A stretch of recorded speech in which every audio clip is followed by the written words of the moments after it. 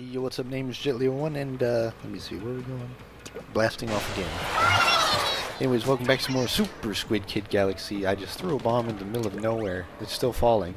That's a pretty long way down for the kill plane. But anyways, welcome back to Super Squid Kid Galaxy, aka Splatoon. Last episode we arrived here at the island I'm going to call the block because I can. And we did 10, 11, and 12, yes? Yes. Now we're on 13.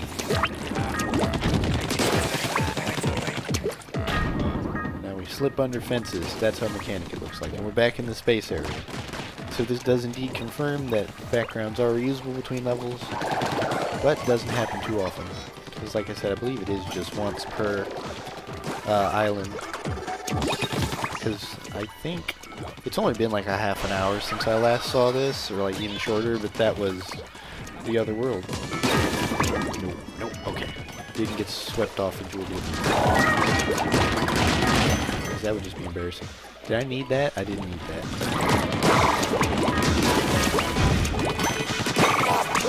Kind of embarrassing to destroy that set of boxes if I needed that. Oh no! I almost got a Swaffer done. Okay. Okay, it looks like you pass through though. Even if you're just squid form in general, you don't have to be in ink. Which is a little disappointing. I could have sworn it was you had to be in the ink, because that makes sense, you know. Like you're in the ink, which is technically somehow you physically go underneath the surface you're on. So it makes sense that objects could, or you could pass under objects. But if it's just squid form like that, that's kind of disappointing because that doesn't make any sense. Although trying to make sense out of a game about fashionable squid kids in a single player portion about fighting octopi. Just asking too much. I shouldn't be asking this. I meant to upgrade fire rate off screen and I forgot again. Oh boy. And it's funny because when I played this for myself I didn't forget to do that. But now that I'm doing recordings I want to be on a roll as much as possible. So I want to go fast. When it's not fast to stop and do upgrades. Although I guess it would make me get through levels faster, so it would be smarter to do so. Because faster fire rate means I can traverse areas faster. Stop shooting at me. Stop that. Broke my armor. Oh. Come on. Okay, that'll do it. I feel like there's a secret involved here.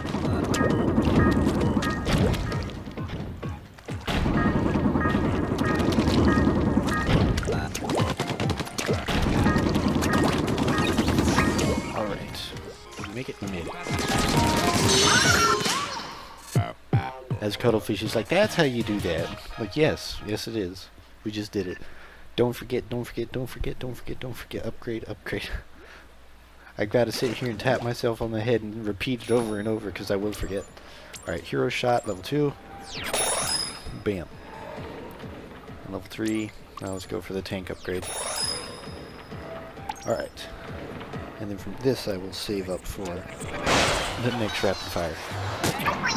And I just realized that every one of them, like the second to last is the Octoling level, and then, or no, the third to last, and then the proper second to last level, and then the last level is the nuke octopus that I don't like, and then it's the boss.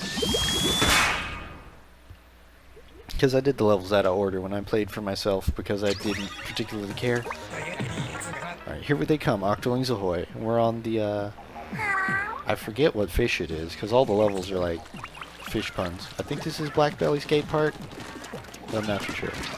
I just know that I had bad times on this because this was, I'm pretty sure this was in one of the Splatfests that I lost and I wasn't very happy about that.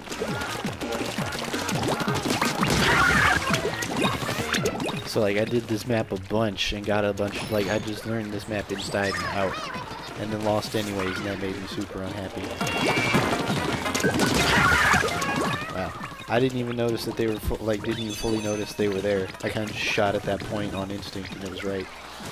Where they at? Super jump in. Don't circle strafe me, it's my weakness.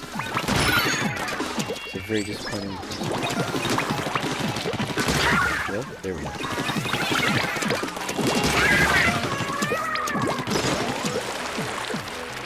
Nice and fast. I love these levels. Especially once you play the multiplayer enough and you just know the map like the back of your hand anyway, it's just like, boom, got it. Where are they now? Where are they gonna be? Just suppressing fire, just get them. Alright, last one before the boss. Got nothing left to teach you, kid. Keep up the good work. Well, thank you, sir. But I'm sure you can come up with something. Or no, I think we're actually fresh out of new mechanics. It's just that we're about to see them in different orders. Alright, Octostrikers. That's what they are. But to me, they're the nuke octopus. And they make me angry. Oh, I know this level. I'm pretty sure this was the level for the very first one, wasn't it?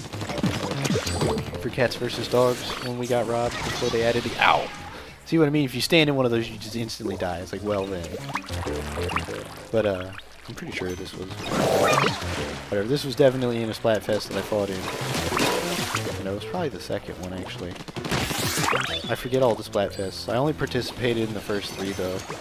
Which makes me sad, because, like, I wanted to participate in more, but, college internet is whack. And, like, it took me a while to go call them and have them fix it, which reminds me I need to call them and have them fix it now, because I can't play Monster Hunter, because they don't have universal plug-and play. Oh boy. Just nuke when I can't run away. Because if you, as expected, if you try to swim out, bubbler, this makes you invulnerable. But if you try to swim while off on one of these grates, you'll just pass through like any other sort of fenced-in thing, you know. So you can't run away while you're on there, which made it super dangerous in the multiplayer too. Good thing I had armor there.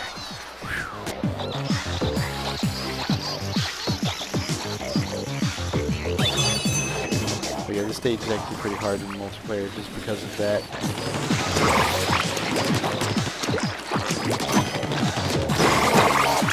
Come on. Come on. Come on. There we go. You were at like 2 hits away that whole time. So yeah, fire rate does pretty help. Does, wow, that was a perfect sentence. Perfect sentence. But a fire rate does help because you can spray paint faster, and that lets you get through a level faster and also beat those bosses faster, beat the octolings faster. Stuff. And now we've got the big tea kettle. That was really fast. That was 3 stages in 8 minutes. Although, the, wait a minute. Upon reflection, I think actually if you combine the Octostriker and Octoling levels, I believe it actually does cover every multiplayer map in the game. Does it? I think so, actually. Now I feel dumb. So they do prepare you. It's enough sapfish to the boss kettle. And we unlocked the shortcut already, so we can just get up there. Can you? Nope, you can't just jump to a boss kettle until you've beaten it. You have to physically go there, which is actually a pretty neat game design idea there, because it makes you like think about the boss, you know. Like it's not just, oh, there's a boss here. It's you actually have to physically walk over there, so it gets you thinking like this is going to be something cool. It's basically a boss corridor, but without a boss corridor. Just the walk to see you and think about what you're about to face. If I remember right, this boss gave me trouble.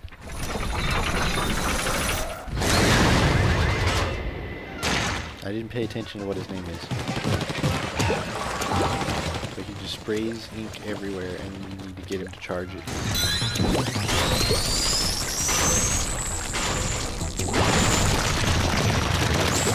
Falls into your... Okay, so you've got to paint... This is an area control boss. I have to paint enough that he charges in here and gets slowed down for enough. There we go. So I just have to control enough of the area at once that he is slowed down enough to just sink in completely. I think I had trouble figuring that out when I first played this. Oh, this is why. Because then it changes what areas you control. Because it just spins the whole thing.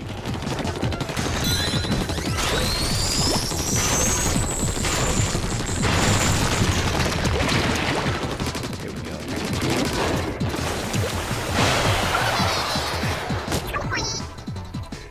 It's just so cool though. I love the different mechanics they've got for the bosses. Because like you can see me, I'm trying to not be nervous because I'm pretty sure that I have enough areas painted. Oh boy. Oh boy. You can't paint those plasticky areas. Oh boy. This ought to be fun.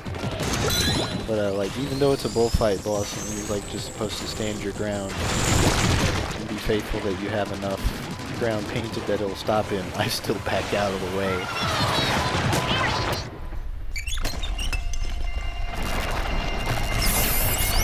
And I like how each hit they make it harder. It's kind of like the last Bowser from Mario 64.